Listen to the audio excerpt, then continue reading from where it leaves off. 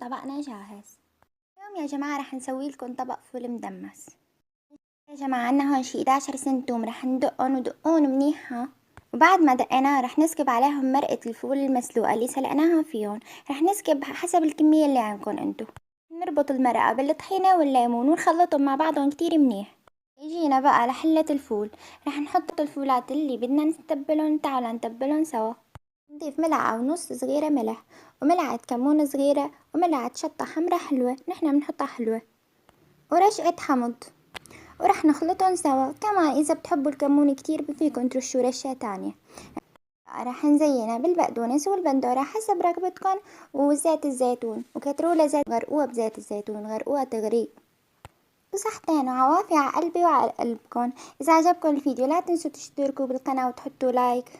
يعني يا جماعة أطيب من طريقة ماما ما هتلاقوا، سووها وما رح تندموا.